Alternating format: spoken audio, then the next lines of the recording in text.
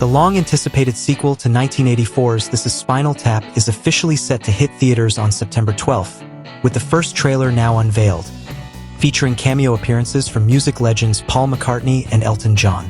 The upcoming film, Spinal Tap 2, The End Continues, revisits the fictional heavy metal band that achieved cult status through the original mockumentary. The core cast, Christopher Guest, Michael McKean, and Harry Shearer, return as the iconic but hapless trio, reprising their roles for another dose of musical satire and chaos.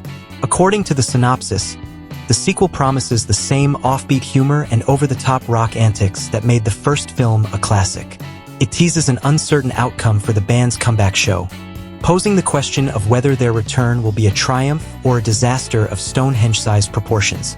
Set decades after their prime, the story picks up with the former rockers having settled into ordinary lives. One now runs a cheese shop and only performs at a modest local pub.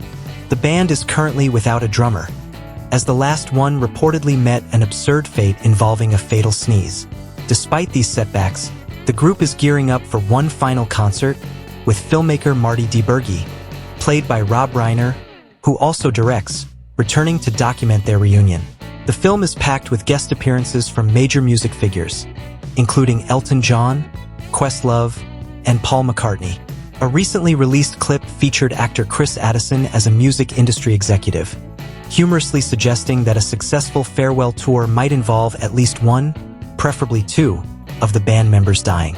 In another teaser, Reiner's character attempts to organize a group Zoom meeting with the band, which predictably spirals into chaos. In an earlier interview with Empire, Reiner shed light on where the band members have been since their last appearance. He also reflected on how the idea for a sequel came about.